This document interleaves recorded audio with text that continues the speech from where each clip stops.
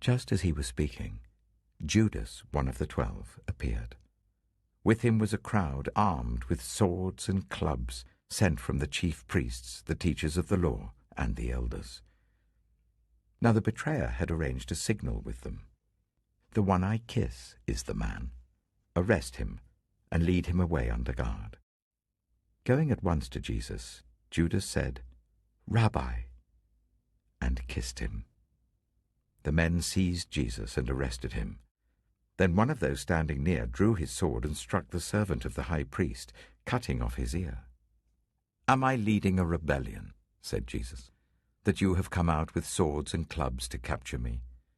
Every day I was with you, teaching in the temple courts, and you did not arrest me.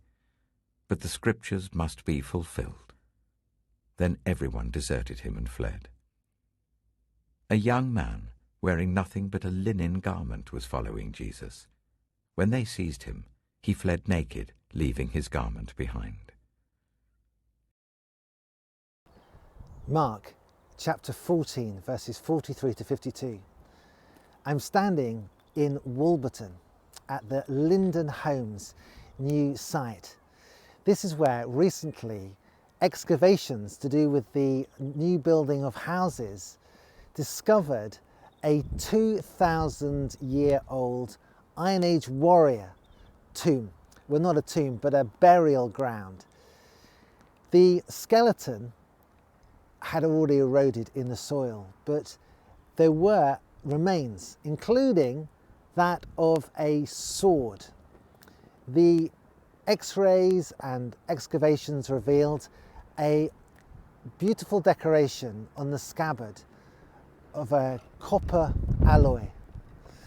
Well, archaeologists are buzzing about it because it's very rare, apparently, for such an old discovery to be made, all the way back from the 1st century.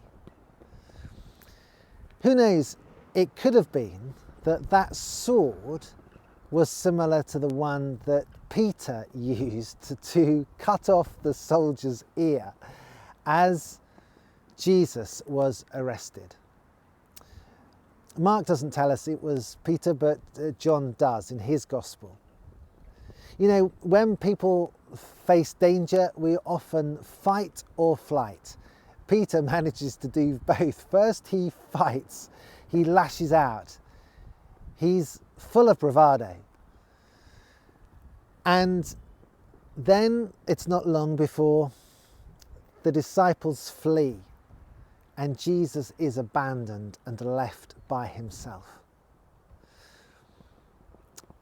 It's only possible for Jesus to allow himself to be seized by the soldiers because he has first seized himself. He's laid hold of himself and is willing to give himself up. He is betrayed by one of his closest friends. Jesus knows what it is like to be betrayed, and the way in which it is done is very sad, with a kiss. Before the days of TV and photos and media, it wasn't as obvious as you may have assumed which one Jesus was as part of this group, and to make sure there wasn't a mistaken identity, the signal for Jesus's arrest was with a kiss. You know, Jesus was just an ordinary looking Jewish guy, nothing remarkable to make him stand out. So Jesus is arrested. There's such a contrast between him and the disciples. Jesus is all about being faithful and obedient, whereas the disciples are faithless and fickle. And then we have this rather bizarre recording of someone who managed to get their cloak caught up, and so that they didn't get caught, they even left it behind. They ran away. We don't know who that was. Maybe it was our author, John Mark. Maybe this is his own little secret signature that he's left behind. Whatever, symbolically it's just a little bit like us. If we don't stand with Jesus and we leave him abandoned to go it alone. How about you? What makes you afraid to be known as a follower of Jesus? Are you embarrassed? Are you fearful to be counted as one of his? Father, thank you so much that Jesus was willing to be seized because he'd laid hold of himself to this task, to this mission. Thank you for that amazing love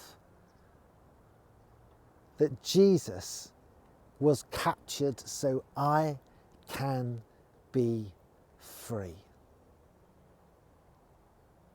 I want to be a faithful follower of Jesus and stand with him, not to run away and flee.